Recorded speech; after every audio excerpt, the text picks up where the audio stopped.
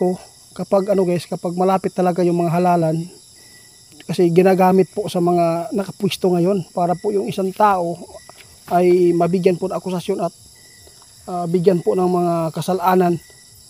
No, kaya gusto kong malaman ninyo, wala po tayong pinapaboran, wala po akong kinatatakutan po kasi kung ano man yung paabot sa ating kaibigan, yun po din po yung sundin ko. Oo, tama. Sabi po niya guys, okay lang po i-upload mo yan, no? Basta ipaabot natin yung totoo, kaibigan. Ulitin ko, magandang gabi. Totoo po ba na nagbabayad po sila sa mga tauhan ni ex-President Duterte tungkol po sa war on drug, yung mga pinapatay nila dati? Kasi sa magandang gabi po sa lahat. Ngayon po nandito po ako, ang dami po nag-chat sa atin, maraming nag-challenge sa atin kasi po yung tinitira ko po daw ay taga Manila lang po daw, no? Ang nais po daw nila na iparating na tugunan tungkol po kay ex-president na si Rodrigo Duterte. Sinusubukan po talaga tayo guys, no? Hinamon po ako kung kaya ko ba daw na ipatanong sa Dwindi kung totoo po ba ang mga ginagawa ni ex-president Duterte na yung war on drug, no? Kasi may mga pabuya po daw na depende po daw sa mga kaso na pinapatay dito. Ang gusto po nilang malaman kung totoo po ba talaga ang mga akusasyon na pinagkakalat po ngayon sa social media doon sa JMA. Ay pangalan po ni Royena Garma, no? Kernel man yata yun. Yun po ang ano sa atin kasi kung totoo po talaga daw tayo na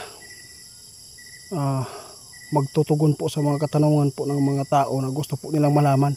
Kasi malapit na po yung halalan, no?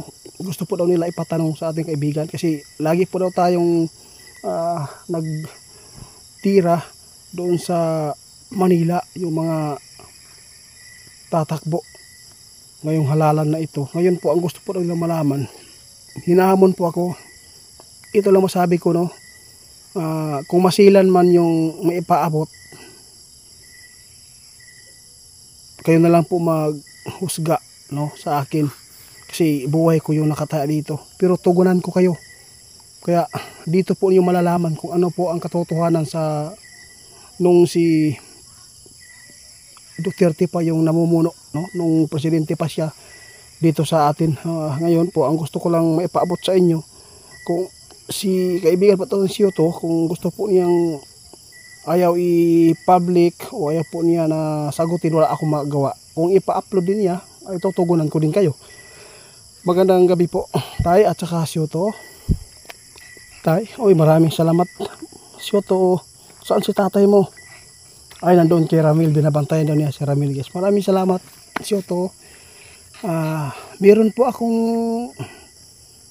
challenger, no, naghamon sa atin kasi ang ano daw, ang tinugunan ko lang daw ng mga pinapaabot yung Manila kasi hindi ko daw tinitira yung mga malalaking isda. Sabi nila, bakit po daw yung mga nasa malayo?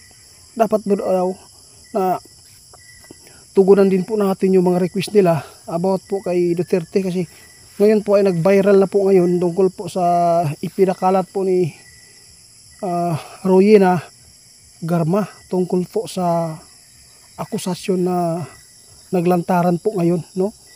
Kasi kapag ito lang masabi ko, kapag ano guys, kapag malapit talaga yung mga halalan, kasi ginagamit po sa mga nakapwisto ngayon para po yung isang tao ay mabigyan po ng akusasyon at bigyan po ng mga kasalanan, no? Kaya gusto kong malaman ninyo, wala po tayong pinapaboran, wala po akong kinatatakutan po kasi kung ano man yung paabot sa ating kaibigan, yun po din po yung sundin ko. Oo, tama. Sabi po niya guys, okay lang po i-upload mo yan, no? Basta ipaabot natin yung totoo, kaibigan. Ulitin ko, magandang gabi. Totoo po ba na nagbabayad po sila sa mga tauhan ni ex-president Duterte tungkol po sa war on drug, yung mga pinapatay nila dati? Kasi depende po daw sa kaso, sa pinatay po nila, kung meron ba talaga mga pabuya na binibigay.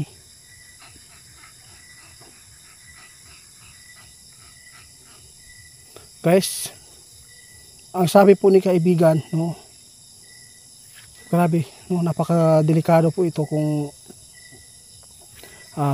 sasabihin ko sa inyo, no. Ang sabi lang po ni kaibigan, titingnan pa niya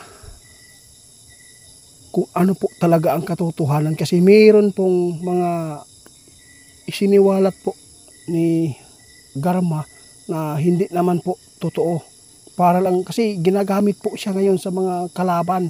No, nais ko lang iparating sa inyo, ano, mayroon mang kasalanan po si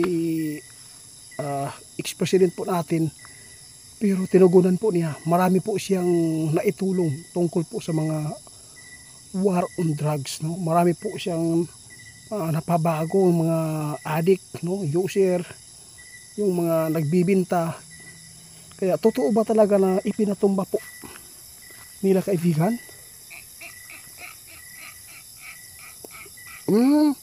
Sabi po ni kaibigan po natin, Shoto, no guys, kung ano man po daw yung ipinapaabot po sa social media ng mga tao ngayon, kasi po kapag malapit daw talaga yung mga halalan, ginagamit sa kalaban para po ay mayroon silang